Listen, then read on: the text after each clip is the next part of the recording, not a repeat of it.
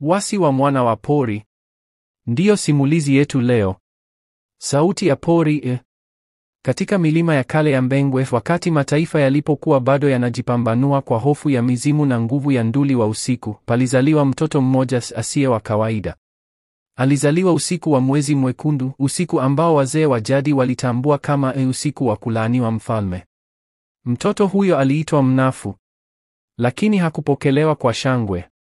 Alikuwa ni tunda la mapenzi haramu kati ya Malkia Kaduma na mlinzi wa kifalme, Jelasi wa Mtoni.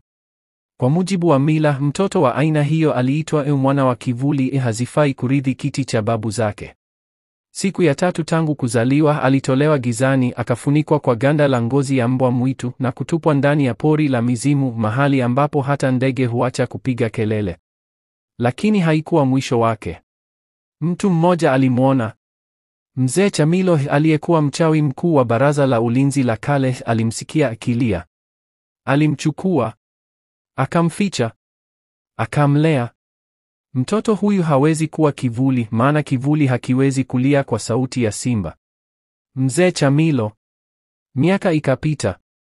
Mnafu akakuwa kama jani la mwituni lenye sura ya upole lakini lenye sumu kali ndani yake.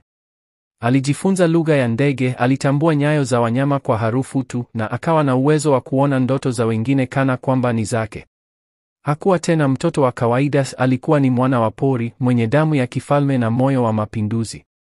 Sauti ya kupigwa kwa ngoma ya tahadhari. Wakati huo huo, mji mkuu wa Mbengwe ulikuwa umevamiwa na uharibifu wa kiroho. Mfalme Gwaya, kaka yake wa kambo, alitawala kwa chuma na moto. Alikuwa akiuza watu wake kwa Waarabu. Alisaini mikataba ya ajabu usiku. Alitembea na jini la kike aitwaye Zeruza. Watu walilia, lakini sauti zao zilimezwa na ukimya wa hofu. Ndipo taarifa zikamfikia Mnafu kutoka kwa mzimu wa mama yake. Sauti ilisikika ikisema, "Rejea Mnafu. Sauti ya milima inakuita. Usiogope giza, kwa sababu wewe ndiye mwanga wao." Na hapo ndipo safari ya kurejea mwana wa pori ikaanza. Mafunzo ya mwitu. Sauti ya Bangs inarudi tena, sasa kwa msisitizo wa hekima na nguvu ya asili. Miaka 15 ilipita kwa haraka. Msituni, Mnafu hakuishi kama binadamu wa kawaida, aliishi kama alama ya kale. Alifundishwa kupumua ndani ya mvua ya moto, kusikia sauti za wafu wanaotembea kati ya miti, na kutambua tofauti kati ya kivuli cha mtu na kivuli cha pepo. Mzee Chamilo, ambaye sasa alikuwa kama baba, alimtayarisha kwa njia ya wazee waliotangulia. Ili kuongoza watu, lazima uelewe mateso yao. Na mateso hayafundishwi darasani, yanafundishwa na dunia. Kila alfajiri, Mnafu alioga mtoni akiwa amevalia nywele za simba. Usiku alilalia majivu ya wazee waliokufa kwa njaa ili kufahamu historia yao. Kila siku alinywa mchanganyiko wa majani 13 ya kichawi yaliyoitwa ndugu wa pengo, yaliyompa uwezo wa kuona hatima. Siku moja akiwa kwenye mto wa Mokono wa mababu, Mnafu alipata maono. Aliona kijiji cha Mbengwe kikiwa kwenye moto, watoto wakifungwa na kupelekwa pwani, wake wakilia, huku majumba ya kifalme yakibomolewa na watu waliovaa mavazi meupe. Alipoamka alikuwa anatetemeka. Chamilo, nimeona mwisho wa watu wangu. Chamilo alimtazama kwa macho yenye uchungu. Mtu wa maono hana raha, Mnafu. Lakini leo nina zawadi yako ya mwisho. Ndipo Chamilo akamwongoza hadi chini ya mwamba wa waliosahaulika, na kutoka kwenye shimo lililofunikwa na mizizi ya mti, akatoa upanga wa kale uliokuwa na alama ya familia ya kifalme. Upanga huu ulikuwa wa babu yako, Mtemi Lusondo. Leo nakukabidhi sio tu silaha, bali wajibu wa kurudisha mwanga wa Mbengwe. Mnafu aliushika upanga. Mvua ikakoma ghafla. Ndege wakapiga kelele. Ardhi ikatetemeka. Na hapo uasi ukazaliwa moyoni mwake. Basi usiku huo huo, Mnafu alifunga mkufu wa mizimu shingoni, akavaa ngozi ya mbwa mwitu na kutangaza, "Sitosubiri milango ya kifalme kufunguliwa, kwa hakika nitaingia kama upepo wa mapinduzi." Mwanga unaanza kung'aa. Sauti ya Bangs sasa inabeba ujasiri na tahadhari, ikiambatana na midundo ya ngoma ya usiku. Basi Mnafu aliaga pori kama mwana, akaliendea jiji kama kivuli. Hakuwa tena mtoto wa mapenzi haramu, alikuwa alama ya matumaini. Akipitia njia za mtoni, mapango ya chini ya ardhi na misitu ya miiba, aliingia katika kijiji cha mwisho kinachopakana na Mbengwe, kinaitwa Tumbuika. Ndani ya Tumbuika aliwakuta waliokuwa wamesahaulika. Mama Makolio, mganga kipofu aliyebakiza macho ya rohoni.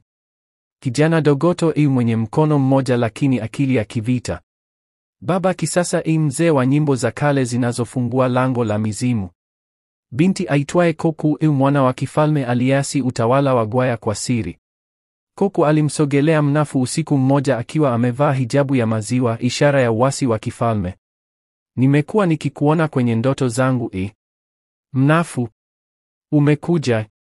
Mnafu alijibu kwa sauti ya chini kama radi ya mbali. Nimekuja. Sauti ya watu wetu imenivuta. Ndani ya jumba lililoteketezwa zamani, walitengeneza kamati ya mwanga, kundi la watu 7, kila mmoja akiwa na historia ya maumivu lakini moyo wa ukombozi. Tunawahitaji watu ambao hawana kingine cha kupoteza isipokuwa minyororo yao, alisema Mama Makolio. Walianza kwa siri, kuandika ujumbe kwa alama juu ya mawe, kugawana silaha za kienyeji, kuwasha mishumaa katika mashimo ya kifusi, kununua mioyo ya walinzi wa Gwaya kwa hekima na si pesa. Mpango ulijengwa. Na katika usiku wa tarehe 7 mwezi wa 7 walikubaliana kitu kimoja. Tutamwangusha mfalme Gwaya bila jeshi, bila ngome, lakini kwa jina la watu. Mnafu akatazama anga akasema, kesho si yetu. Lakini tukiupata tutarudisha kila kilichoporwa. Kwa heshima ya mama yangu nitafanya yote, Mnafu akidhidi kujisemea moyoni. Basi sauti ya Bans sasa inabeba huzuni, ujasiri na ushindi uliolipiwa kwa damu. Ilikuwa alfajiri ya tarehe 7, anga lilikuwa zito. Wingu la mvua lilizunguka mji wa kifalme kama alama ya huzuni ya mababu. Lakini ndani ya mioyo ya mashujaa 7 wa kamati ya mwanga, radi ya matumaini ilishaanza kugonga.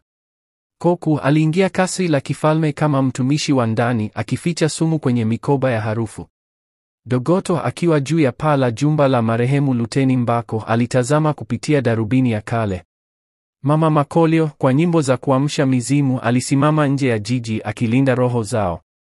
Na Mnafu akiwa amevaa vazi la baba yake wa asili Mtemi Lusondo alisimama juu ya mnara wa zamani akingojea ishara. Ndani ya dakika 13 walinzi 6 wa Gwaya walikuwa wamezidiwa akili kwa sumu ya mkonokono wa pori. Mji ukashtuka. Watu wakaanza kusogea mitaani wakiwa na mawe na mikuki ya zamani wakisubiri amri. Kisha sauti ya upanga iliposikika kwa mara ya kwanza katika mji wa Mbengwe baada ya miaka 27, watu wakajua Mnafu amerudi. Kwa jina la watu, kwa jina la haki, kwa jina la historia, Gwaya anatakiwa kutoweka. Mnafu alitangaza huku akishuka ngazi za kifalme kwa kasi ya radi. Gwaya akiwa amevaa vazi la dhahabu alisimama juu ya kiti chake akacheka. Mtoto wa kahaba, unarudi kufanya nini? Historia haibadilishwi kwa vichwa vya samahani. Lakini kabla hajamaliza, Dogoto alimrushia mkuki wa kale na Koku alimalizia kwa mshale wa sumu ya kina mama wa Mbwe Mkuru. Gwaya alianguka akiwa ameshika kiti chake cha kifalme kwa mikono ya hofu. Mbengwe ikalia. Sio kwa huzuni bali kwa ushindi. Mama waliokuwa wamekosa sauti walilia. Wazee waliokuwa wamevua heshima walivaa kanzu za heshima. Na vijana walishangilia. Mnafu mwana wa pori, mfalme wa watu. Miaka 2 baadaye, Mbengwe ilisimama kama mji wa watu, sio wa kifalme tena. Mnafu hakupenda kujifaharisha, aliishi kwenye nyumba ya matope na kushirikiana na watu wake kwa upendo sana. Mwisho wa simulizi yetu. Anselmi Julius.